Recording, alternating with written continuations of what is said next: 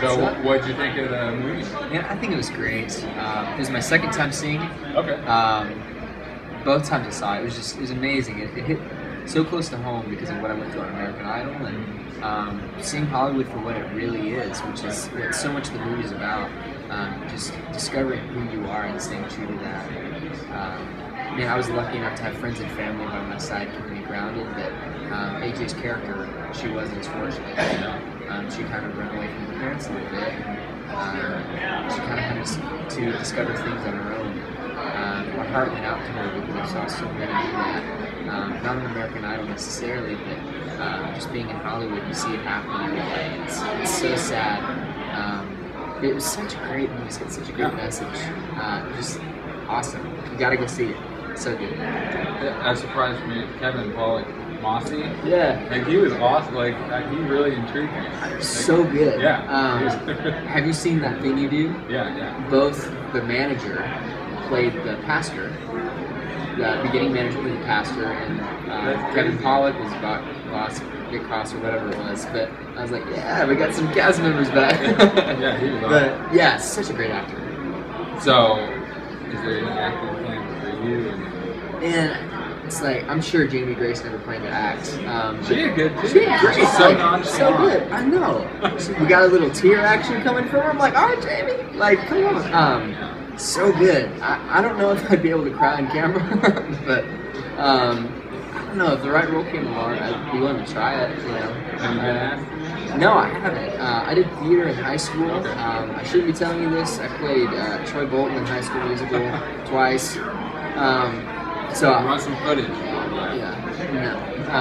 Pretty sure we burned it, but so I've done it. I've experienced it. I hated memorizing lines. It was the worst thing ever. But it's fun. It's something different. So I don't know. I mean, I'd be interested. So there you go. Okay, so is this your first movie soundtrack that you were on? As far as I know, this is the first song that's been in the movie. It's so cool. It was such an awesome thing to see and hear. At the same time, it was super awkward. Like, I brought my band with me, so they're sitting next to me when it came on. They're wanting to like stand up and hoot and holler, and I'm just like slowly sinking in my seat. I'm like, this is so strange. It's awesome. And out of all the songs, they picked the craziest one off the record. I love it. It's awesome. That's awesome. Yeah. And so, so you got big plans this fall. So if they fall, that's public. Yeah. I've been writing for another record which will come out next summer, and okay, so you have next summer. Next summer is slated. Whenever. And this November, December, I'll be out with Toby Mac, so it's a big one to tackle. But I'm really excited that he wanted me on. And, you're headlining that. Yeah, I'll be headlining that. Toby was lucky to get me. I'm just kidding. Totally kidding. I'll be on with Jamie Grace, with Mandisa, Brandon Heath, Chris August, Capital Kings. We're gonna have a good time. Really looking forward to that too. So you're in the writing process right now. Yeah, we're probably more than halfway through.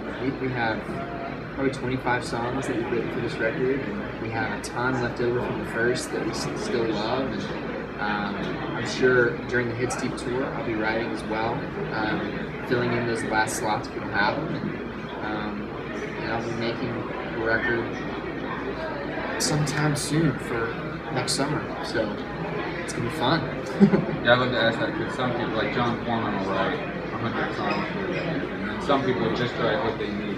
So you kind of fall in the middle. I'm probably in the middle, yeah. I love to have more than I need, but at the same time I don't, because it's like cutting your babies. It is. It's like, man, it's like, I really like the song. Like, you sure we can't use it? That's the nice thing about music, though, is you can always come back to it. Yeah, either that. 10 years ago, if you wrote it. Totally.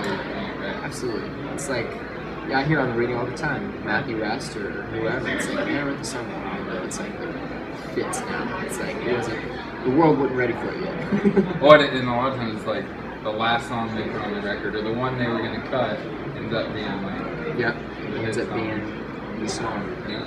I hear that. It's awesome. So, Never Gone, you got the video out a couple weeks ago. Yeah. Got almost 150,000 views. I think that's Oh, that's awesome. I haven't even seen it. That's awesome. So, That's got to be some beautiful. Listen, man, we had so much fun making a music video. I knew immediately when I was writing the song, I could visualize a music video in my head, what it was going to look like, and just telling the story of the prodigal son, you know. And it's just so funny. It ties into Grace Unplugged, you know, just your story of kind of being lost and finding your way back. And that God was always there with open arms, you know. So being able to let others visualize what I was thinking in my head was awesome, and I'm glad they're liking it so much. Like I said, we had a lot of fun. So you did have a lot to do with storyline then? And Yeah, absolutely. you were co-director. Well, I wouldn't say that, but you know, Eric Welch directed and produced.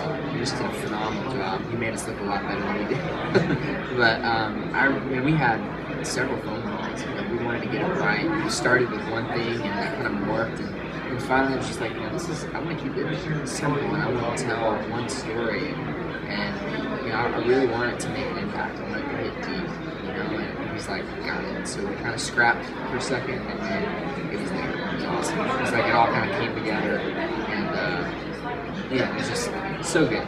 So he did a great job with it. That's awesome. And so last question back to the movie, like, how'd it feel to be on the soundtrack with a bunch of your peers and people that you respect? Absolutely.